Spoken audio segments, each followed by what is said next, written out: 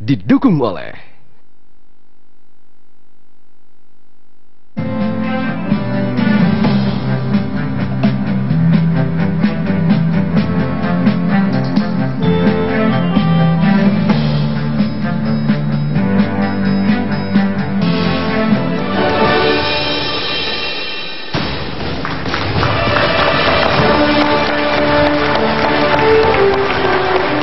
Hadirin penonton netizen, kita kembali dalam debat Pilkada DKI Jakarta putaran kedua tahun 2017.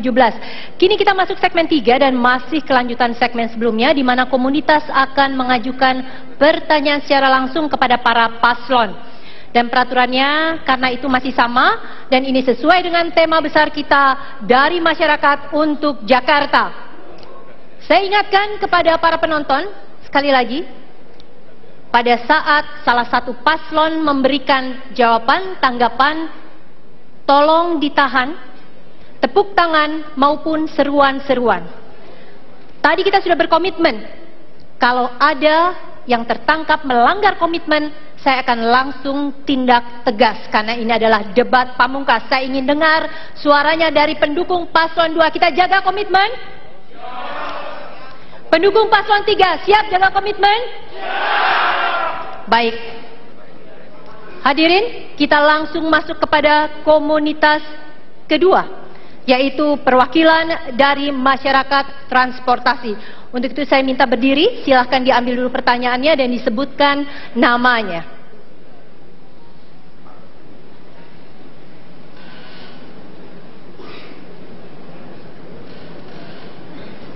Yang akan menjawab terlebih dahulu adalah paslon 3. Assalamualaikum warahmatullahi wabarakatuh. Waalaikumsalam. Nama saya Daryono. Saya ingin memberikan pertanyaan kepada dua paslon, yaitu terkait dengan transportasi di DKI. Mohon sabar, Musa buka dulu, Pak. Ya, Pak Daryono menunjukkan bahwa memang itu sistemnya undian ya Pak ya.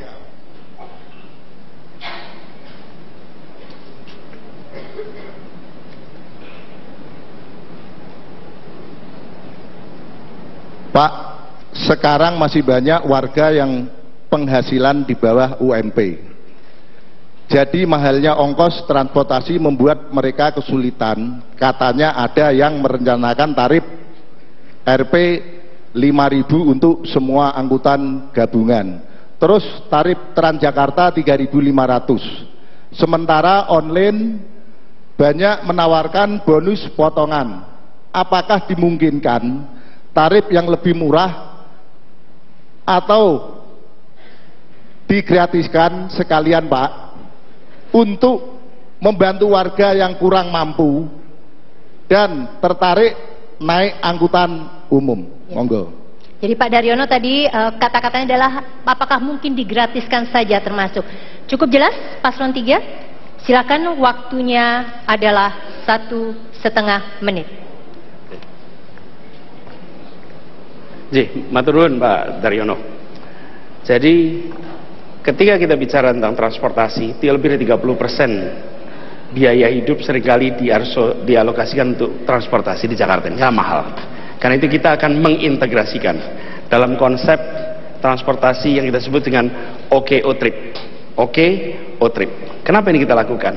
Kita ingin seluruh mode transportasi di Jakarta tersambungkan, dari mikrobis, kemudian bis menengah, sampai BRT, kemudian LRT maupun MRT dalam satu sistem. Hari ini belum, hari ini masih jalan sendiri. Satu integrasi, dan integrasikan itu komponennya apa? Satu adalah biayanya terintegrasi, 5.000 semuanya, termasuk dari Kepulauan Seribu. Ketika mereka datang ke Jakarta, maka tiket yang dipakai untuk kapal langsung bisa dipakai untuk seluruhnya. Yang kedua adalah manajemennya dibuat terintegrasi. Yang ketiga, yang tidak kalah penting, kesejahteraan dari penyelenggara seperti bapak-bapak ini. Kesejahteraannya harus terjamin. Karena itu subsidi yang kita berikan bukan hanya untuk Transjakarta, tetapi diberikan untuk keseluruhan sistem transportasi di Jakarta. Kalau hari ini yang banyak menerima Transjakarta, dengan begitu maka biayanya murah, bisa kemana saja, nyaman, dan pemerintah menanggung ongkosnya. Terima kasih. Pak Anies cukup. Baik, kita langsung saja beri kesempatan kepada Paslon 2 untuk menjawab pertanyaan dari komunitas tersebut. Apakah perlu dibacakan lagi? Tidak perlu, silakan. Pak, terima kasih Pak Daryono. Ini mewakili komunitas yang pakai transportasi. Nah, itulah kenapa kami sejak 2 tahun yang lalu memaksa warga Jakarta menggunakan e-tiket. Misalnya dulu orang dari Manggarai mau ke Blok M itu 4 kali naik bus. Nah, dengan ada tiket kami mulai tahu orang ini naik di situ. Mereka sekarang 1 kali naik bus.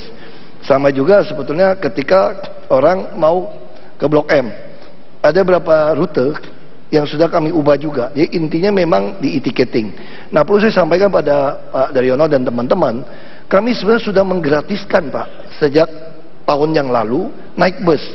Jadi kalau Bapak Ibu punya gaji UMP, tinggal lapor di Bank DKI penerimaan gajinya, maka otomatis Bank DKI memberikan gratis. Sekarang para marbot yang tinggal di rumah susun, anak-anak, semua sudah gratis. Ini bagian dari kami menopang supaya biaya hidup mereka transportnya murah. Hanya memang busnya perlu kami tambah. Rute kami sudah tambah 100 lebih rute yang langsung tujuan ke sampai kemana. Jadi ini yang penting. Kenapa kita dorong dengan e-ticketing? Sekarang lansia malahan yang tidak mampu bisa kami jemput dengan Transjakarta Care. Kami punya 26 unit. Jadi orang kalau pakai kursi roda pengen dijemput, nggak punya uang ke rumah sakit, tinggal telepon 1 hari sebelumnya, kami datang, kami jemput, kami urusin. Jadi sebenarnya kalau gratis itu sudah lakukan. Integrasi tentu harus integrasi. Kami sudah integrasi MRT, LRT juga. Ke depan pastinya. Ya, Pak Basuki cukup. Langsung kepada Paslon 3, harap menanggapi jawaban dari Paslon 2 atas pertanyaan tersebut. Silakan, waktunya adalah 1 menit. Ketika kita mengatakan akan mengintegrasikan, maka kita melihat mobilitas penduduk. Dan terakhir studi dilakukan itu tahun 2007, udah 10 tahun yang lalu. Konsekuensinya, cara kita mengatur rute hari ini tidak mencerminkan kebutuhan warga. Karena itu kita integrasikan dan rutenya disesuaikan dengan kebutuhan mobilitas warga di Jakarta. Yang kedua yang tidak kalah penting, kita malah akan mengajak lebih jauh dari penyedia transportasi online untuk juga terlibat. Terutama di fase di mana kita membangun integrasi itu. Karena itu perlu proses, perlu waktu. Di fase itu integrasi dengan penyedia online akan kita lakukan. Lalu yang ketiga yang tidak kalah penting, kita akan memastikan proses ini tidak top down tapi bottom up. Teman-teman penyelenggara selama ini minim diajak, kami akan undang terlibat. Anda bantu rumuskan rutenya, prosesnya. Pak Anies cukup sampai di sana, dan kita langsung saja beri waktu kepada Paslon 2 menanggapi jawaban yang disampaikan Paslon 3, waktunya 1 menit. Silakan. Kadang-kadang saya juga heran juga, kami dianggap tidak bottom up. Sebetulnya ketika Anda menggunakan tiket, menempel waktu keluar, itulah bottom up yang kita lakukan. Kami tahu persis Anda sampai kemana. Misalnya dulu, Kampung Rambutan ke Blok M, 3 kali naik bus. Kenapa kami tahu banyak penumpang pengen Kampung Rambutan langsung Blok M? Karena dia tap. Jadi ini 1 juta lebih penumpang, ini belasan juta, tentu butuh data. Makanya kami dengan pola seperti ini jadi data. Kami akan terus membuat rute-rute yang baik. Busnya kami kelas dunia semua. Bahkan bus kami yang baru-baru ini, showbreakernya pun bisa miring supaya yang pakai kursi roda itu bisa rata. Kalau enggak dia langsung meluncur. Dan lantainya pun nggak mungkin jatuh. Sekarang kita pun mengurangi 20% kapasitas kursi supaya bisa hadap ke depan.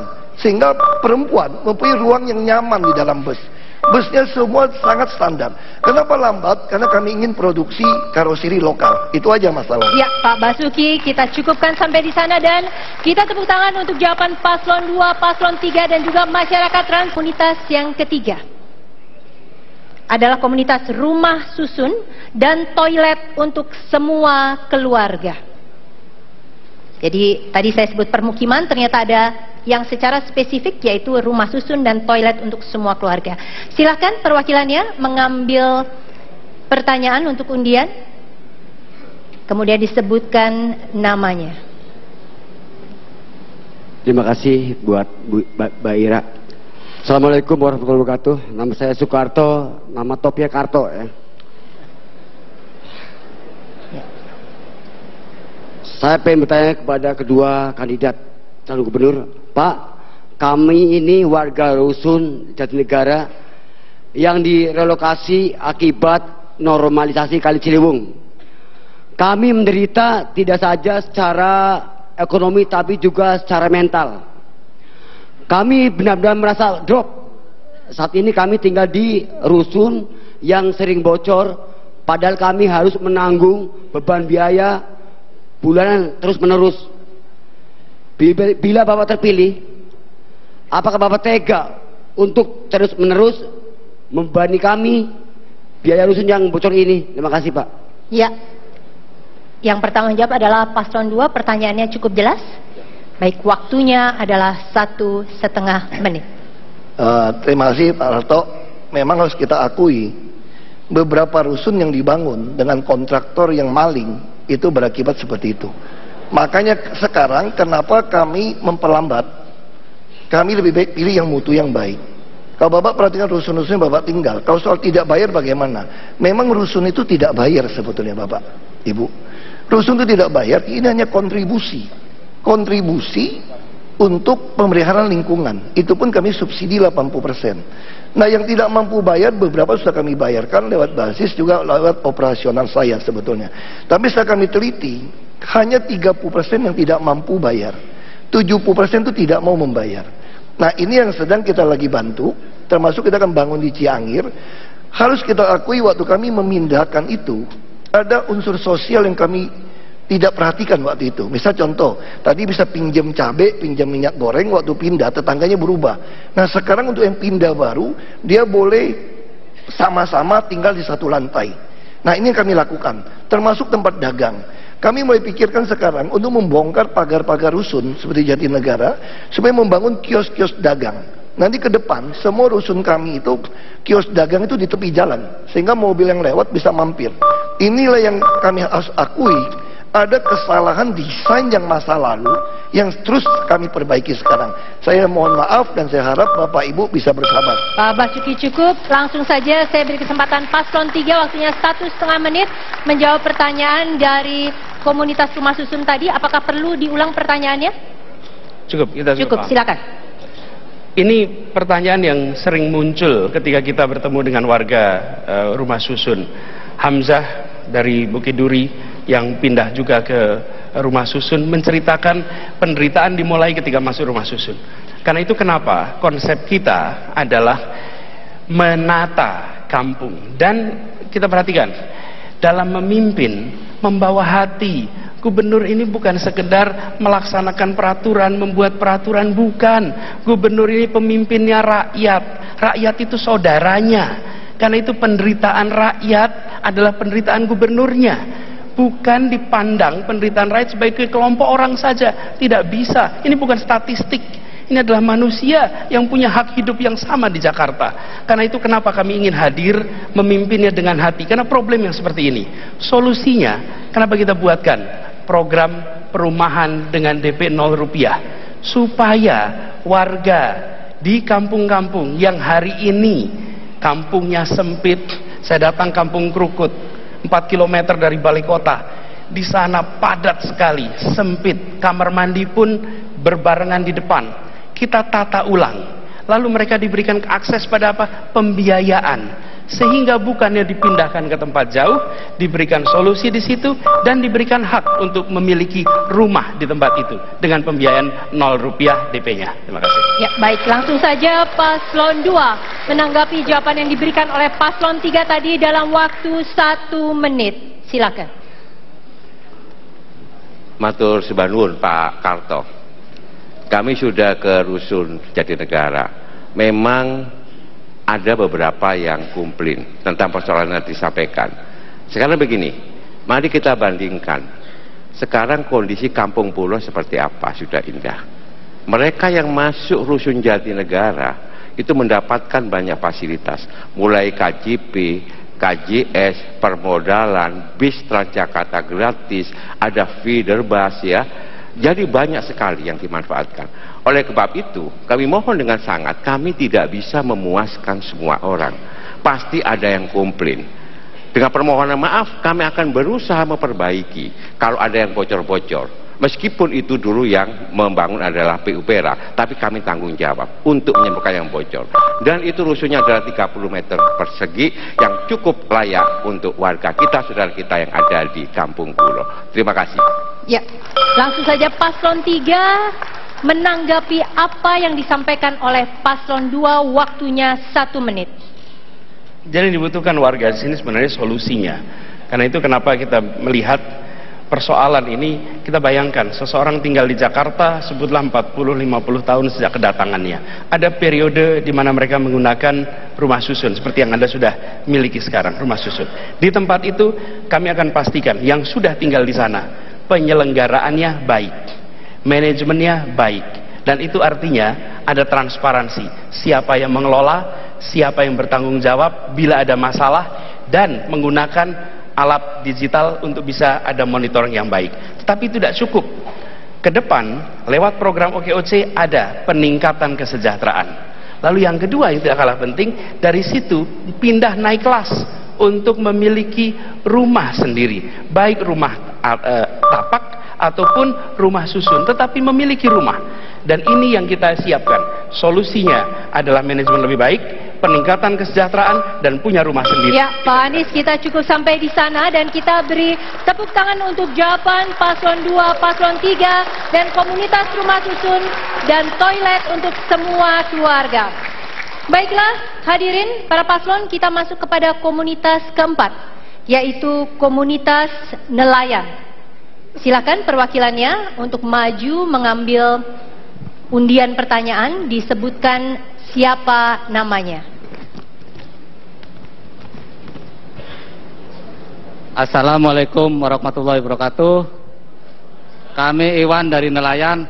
Pak, kami nelayan sudah tinggal di pantai Jakarta turun-temurun. Apakah kehidupan kami sebenarnya diikuti oleh atau saya tidak? Boleh bantu ya Pak? Apakah kehidupan kami sebenarnya diakui atau tidak? Betul, itu yang mau disampaikan? Ya. Ya, lanjut Pak. Jika iya, apakah kebijakan pemerintah DKI itu masa depan kehidupan kami? Saya merasakan hal ini karena merasa program lain kayaknya reklamasi lebih diperhentikan, sementara kehidupan kami nelayan diabaikan. Ya, baik. Apakah kedua gubernur akan memperbaiki kehidupan nelayan dan akan mensejahterakan nelayan, dan apakah mau menghentikan reklamasi atau kesejahteraan nelayan? Tolong diperhatikan itu. Ya, baik. Ya, terima kasih. Saya akan ulang pertanyaannya supaya lebih jelas. Intinya adalah mereka mempertanyakan sudah turun-temurun, tapi sebenarnya mereka diakui atau tidak. Jika iya, apa kebijakan pemerintah DKI untuk masa depan kehidupan mereka? Mereka merasa bahwa program lain seperti reklamasi lebih diperhatikan, sementara kehidupan mereka diabaikan. Baik, saya beri waktu 1,5 menit, dijawab terlebih dahulu oleh Paslon 3. Silakan.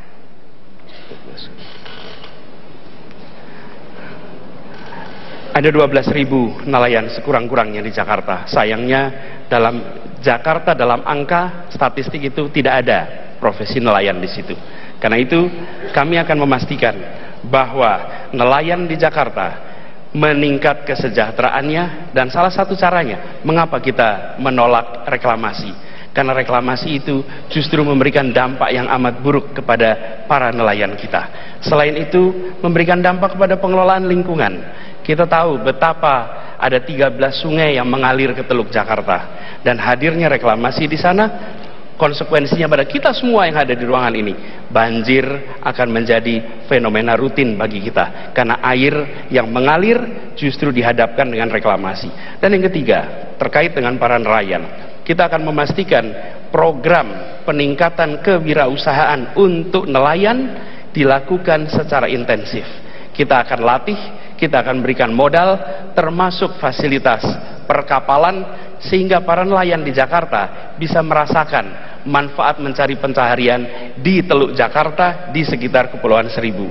Ini yang sekarang terlewatkan.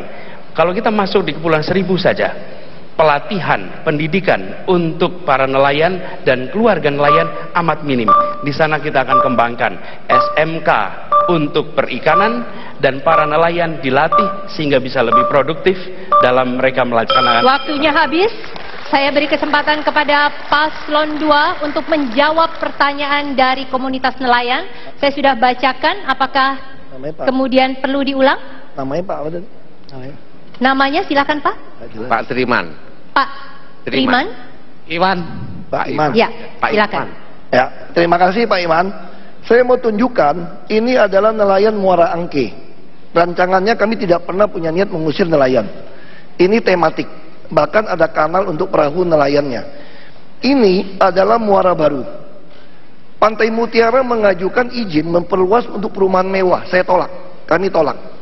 Kami memperluas justru di sini, dapat tanah 10 hektar. Untuk apa? Supaya nelayan ada tempat sandar, termasuk ada tempat penyimpanan ikan, termasuk pengolahan ikan seperti ini jam-jaman. Tapi ini akan dimiliki oleh nelayan. Lalu kita bisa lihat, kita harus menyelesaikan banyak tanggul. Jakarta ini 1,5 meter di bawah muka laut. Kita lagi meninggikan 3,8 meter tanggul. Nah, tanggulnya sedang dikerjakan. Ini adalah tanggul yang kita kerjakan dari Cilincing menuju Tanjung Priok. Ketika tanggul ini jadi, maka ini semua ada tambatan untuk perahu. Dan bagaimana untuk perumahannya? Perumahannya akan kami taruh di tepinya, di tepi tanggul. Semua nelayan akan tinggal di tepi tanggul, perahunya di sini. Bahkan kami mulai memikirkan untuk Muara Angke. Kita sedang akan membangun restoran apung supaya ibu-ibu nelayan juga bisa melakukan ini. Restoran yang lama akan kita bongkar. Jadi sebetulnya lapangan bola Angke, desain pengembangan terpadu Muara Angke sudah jadi semua. Ini hubungannya apa dengan pulau reklamasi? Reklamasi itu nelayan pun berhak tinggal di sana karena 50% tanah itu punya DKI. Ya, dan kita waktunya habis. Saya minta kepada Paslon 3 sekali lagi. Saya ingatkan kepada para paslon, bukan eksplorasi jawaban tetapi menanggapi jawaban dari pasangan calon lawannya. Silahkan, waktunya 1 menit. Pak Iwan, jawaban saya nggak muter-muter. Bapak adalah bagian dari kami. Bapak akan diperhatikan, Bapak akan diberikan solusi untuk Bapak bisa naik kelas. Banyak sekali nelayan-nelayan yang kami temui sekarang mengalami kesulitan. Kami memiliki program yang jelas berpihak kepada nelayan. Kami menolak reklamasi dan menghentikan reklamasi yang ada sekarang karena tidak terbuka dan tidak berkeadilan untuk para nelayan. Kami sudah katakan itu dari putaran pertama dan kami akan konsisten menyatakan bahwa kami berpihak kepada 24.000 lebih nelayan yang ada di pesisir Jakarta. Kami ingin tingkatkan. Saya pernah invest di perusahaan pengolahan ikan. Saya ingin bekerja sama dengan para nelayan agar para nelayan bisa melaut dan tangkapannya bisa lebih baik. Ibu Susi punya program yang baik dan kami akan memiliki kolaborasi dengan Ibu Susi untuk meningkatkan harkat martabat para nelayan. Ya, langsung saja Paslon 2. Paslon 2, kita tahan pendukung Paslon 3. Baik, Paslon 2, silakan menanggapi jawaban yang disampaikan oleh Paslon 3, waktunya 1 menit. Pak Iwan dan seluruh komunitas nelayan, saya terima kasih. Pak Iwan dan semuanya adalah bagian dari kita, betul. Karena bagian dari kita, maka tidak layak nelayan hidup dengan rumah-rumah seperti itu. Kami sudah ke sana. Dan kemudian saya sampaikan konsepnya untuk penataan rumah-rumah tersebut, termasuk juga dengan membangun TPI yang memadai. Kita ingin nelayan kita itu betul-betul berdaya, bermartabat, dan anak-anaknya cerdas. Kita ingat betul bahwa anak-anak nelayan diberikan otak yang cerdas karena setiap hari makan ikan. Mereka berhak kehidupan yang lebih baik. Dan jangan sampai meskipun di daerah banjir selalu mereka kebanjiran. Karena apa? Karena tanggulnya bocor.